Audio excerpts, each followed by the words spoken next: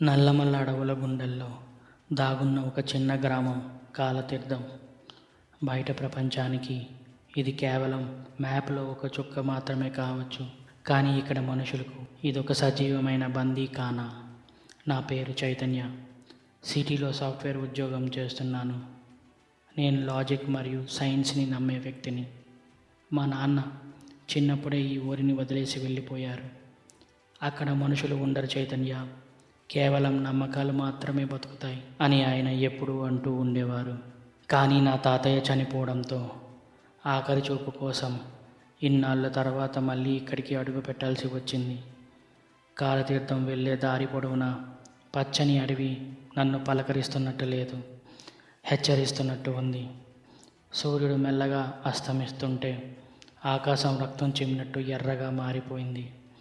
ఇక్కడ అగ్నిశకలం, అదేనండి, ఆస్ట్రాయిడ్ ఉల్క పడిందంటే అదొక శాపం.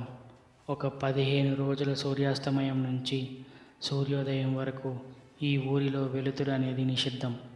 కనీసం కట్టెల పొయ్యి మీద మంట కూడా కనిపించకూడదు. చీకటి పడితే ఈ ఊరు తన అస్తిత్వాన్ని కోల్పోయి మౌనంగా ప్రాణాల బిగబట్టుకొని కూర్చోవాలి. ఎందుకంటే ఈ అడవి లోతుల్లో వెలుతురును వేటాడే ఒక ఆకలి ఉంది. నేను ఊరి పొలిమేరలోకి రాగానే వాతావరణం ఒక్కసారిగా చల్లబడింది. ఊరి పెద్ద ఆయన రంగయ్య నన్ను చూసి కంగారుగా పరిగెత్తుకుంటూ వచ్చారు. చైతన్య బాబు, ఎక్కడున్నావు ఇన్నాళ్ళు? సాయంత్రం 6 దాటుతోంది. త్వరగా మీ తాతయ్య ఇంట్లోకి వెళ్ళి తలుపేసుకో. ఆ అడవి తల్లి కళ్ళు ఇప్పుడే మన వైపు తిరిగాయి అంటూ ఆయన గొంతులో భయం స్పష్టంగా వినిపించింది. నేను నవ్వుకున్నాను. ఇంత టెక్నాలజీ ఉన్న రోజుల్లో ఈ పాతకాలపు నమ్మకాలు ఏంటి తాత అని అన్నాను. ఆయన నా కళ్ళలోకి సూటిగా చూసి, నువ్వు నమ్మేది విజ్ఞానం, మేము చూసేది విధి. రెండిటికి చాలా తేడా ఉంది బాబు, త్వరగా వెళ్ళు అని చెప్పి తన ఇంటి తలుపులు గట్టిగా గడిపెట్టుకున్నాడు. వీధులన్నీ నిర్మానుష్యంగా మారిపోయాయి. పక్షుల అరుపులు కూడా ఆగిపోయాయి. ప్రతి ఇల్లు ఒక మూసి ఉన్న శవంలా కనిపిస్తోంది. తాతయ్య పాత ఇల్లు ఊరి చివరన అడవికి ఆనుకొని ఉంటుంది. ఆ ఇల్లు 100 ఏళ్ల చరిత్రకు సాక్ష్యంలా నిలబడి ఉంది.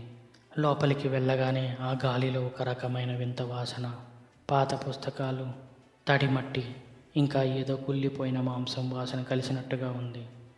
నా ఫోన్ ఫ్లాష్ లైట్ వేసి లోపలికి వెళ్తుంటే గోడల మీద ఉన్న పాత ఫోటోలు నన్ను వింతగా చూస్తున్నట్టు అనిపించింది. ఆ ఫోటోల్లో ఒక తాళపత్ర గ్రంథం కూడా ఉంది. చీకటి ముదిరింది. కిటికీ బయట అడవి ఒక భారీ నల్లని రాక్షసుడిలా విస్తరించి ఉంది. నా సిటీ లైఫ్ అలవాటు ప్రకారం ఒంటరిగా ఉన్నప్పుడు కలిగే ఆందోళన తగ్గించుకోవడానికి జేబులో నుంచి సిగరెట్ తీశాను. రంగయ్య చెప్పిన మాటలు నా మెదడులో మెదులుతున్నా నాలోని అహంకారం వాటిని కొట్టి పారేసింది. ఆ నిశ్శబ్దంలో లైటర్ గీసిన శబ్దం గాలిని చీల్చుకుంటూ వెళ్ళింది. ఆ చిన్న మంట ఆ చీకటిలో ఒక ఆశలాగా మెరిసింది. కానీ ఆ మంట వెలిగిన మరుక్షణమే అడవిలో ఉన్న కీచురాళ్ళ శబ్దం ఒక్కసారిగా ఆగిపోయింది. అది ఒక భయంకరమైన నిశ్శబ్దం. సెకన్ల వ్యవధిలో అడవిలో నుంచి ఏదో భారీ వస్తువు ఎండుటాకుల మీద నడుస్తున్న శబ్దం మొదలైంది. ఖర ఖర ఖర. అది మెల్లగా నా ఇంటి వైపు వస్తుంది. అది నడక కాదు, ఏదో భారమైన దేహాన్ని నేల మీద ఈడ్చుకుంటూ వస్తున్నట్టు ఉంది. నా గుండె వేగం పెరిగింది. సిగరెట్ పక్కన పడేసి లైటర్ ఆర్పేశాను. కానీ అప్పటికే జరగాల్సింది జరిగిపోయింది. ఆ చిన్న వెలుతురు ఆకలిని ఆహ్వానించింది. కిటికీ సందులో నుంచి బయటికి చూశాను. అడవి అంచున ఉన్న చెట్ల మధ్య ఏదో కదలిక. అది మనిషి కాదు. 8 అడుగుల ఎత్తులో 2 మసకబారిన కళ్ళు నా వైపే చూస్తున్నాయి. అవి జంతువుల కళ్ళలా లేవు, అంతకంటే క్రూరంగా, ప్రాచీనంగా ఉన్నాయి. భయంతో తలుపులు గడియపెట్టాను. నా గుండె చప్పుడు నాకే వినబడుతుంది. 1 నిమిషం గడిచాక నా ఇంటి పైకప్పు మీద ఏదో పడిన శబ్దం. పైకప్పు మీద ఉన్న పాత పెంకులు విరుగుతున్నాయి. ఆ ప్రాణి పైకప్పు మీద నడుస్తోంది. అది నా ఇంటిని ఒక వేటగాడిలా పరీక్షిస్తోంది. పైన ఉన్న పెంకు మెల్లగా పక్కకు జరిగి ఆ చీకటి సద్దుల నుంచి ఒక పొడవాటి నల్లటి వేలు లోపలికి వచ్చింది. ఆ వేలికి ఉన్న గోరు కత్తిలాగా పదునుగా ఉంది. గాలిలో వెలుతురు కోసం వెతుకుతోంది. అది చూసి నా శరీరంలో రక్తం గడ్డకట్టుకుపోయింది. మా తాతయ్య ఇంట్లో ఎలా బతికాడని ఆలోచిస్తుంటే నాకు గోడ మీద ఉన్న ఒక పాత తాళపత్రం గుర్తొచ్చింది. అందులో ఏదో రాసి ఉంది. కానీ అది చదవడానికి నా దగ్గర వెలుతురు లేదు.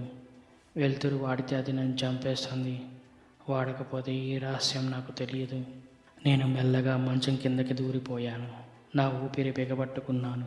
ఆ గదిలో ఇప్పుడు ఆ అడవి వాసన, ఆ కొల్లిన మాంసం వాసన స్పష్టంగా తెలుస్తోంది. ఆ ప్రాణి ఇప్పుడు గది లోపల ఉంది. అది గాలిని పీల్చుకుంటున్న శబ్దం చాలా క్రూరంగా ఉంది. నా సిగరెట్ పొగ వాసన దానికి ఒక దారిలా కనిపిస్తోంది. అది మంచం పక్కన వచ్చి ఆగిపోయింది. అది మెల్లగా వంగి మంచం కిందకి చూస్తోంది. నా ముఖానికి కేవలం అంగుళం దూరంలో ఒక వికృతమైన ముఖం. దాని చర్మం కాలిపోయినట్టుగా నల్లగా ఉంది. దాని నోటి నుంచి ఒక రకమైన వింత ధ్వని వస్తోంది. అది ఏడుపులాగా ఉంది. కానీ అందులో ఒక అధీమమైన క్రూరత్వం ఉంది. అది తన గొంతు సవరించుకొని ఒక వింత భాషలో గుసగుసలాడింది. వెలుతురు ఎక్కడుంది అని అది అడిగినట్టు అనిపించింది. ఆ మాటలు నా మెదడులోకి సూటిగా గుచ్చుకున్నాయి. అది నన్ను చూసింది. తన భయంకరమైన చేతిని నా వైపు చాచింది. అదే సమయంలో నా ఫోన్ వైబ్రేట్ అయింది. నా స్నేహితుడు ఎవరో వాట్సాప్ మెసేజ్ చేశాడు. ఆ చిన్న స్క్రీన్ వెలుతురు ఆ చీకటి గదిలో ఒక బాంబులా పేలింది. ఆ వెలుతురు చూడగానే ఆ ప్రాణి కళ్ళు ఎర్రగా వెలిగాయి. అది ఒక వికృతమైన అరుపు అరిచి నా వైపు దూకపోతుండగా బయట ఎక్కడో దూరాన ఉన్న శివాలయంలో గంట వినిపించింది. అది ఒక హెచ్చరికలా ఉంది. ఆ శబ్దానికి ఆ ప్రాణి ఒక్కసారిగా విలవిలలాడిపోయింది. వెలుతురు వదిలేసి కిటికీలోంచి మళ్ళీ అడవి వైపు పారిపోయింది. నేను చెమటలతో తడిసిపోయి ప్రాణాలతో ఉన్నానా లేదా అని పరీక్షించుకున్నాను. కానీ నా ఎడమ చేతి మీద 3 లోతైన గీతలు ఉన్నాయి. రక్తం కారుతుంది. అది వెళ్తూ వెళ్తూ నాకు ఒక గుర్తు పెట్టి వెళ్ళిపోయింది. నువ్వు నావాడివి అని చెప్తున్నట్టు. ఇది కేవలం మొదటి రాత్రి మాత్రమే. ఇంకా 14 రోజులు నేను ఈ చీకటిలోనే బతకాలి. అసలు మా తాతయ్య ఎవరు? ఈ ఊరికి ఆ అడవిలో ఉన్న ప్రాణికి ఏం సంబంధం? వేట ఇప్పుడే మొదలైంది.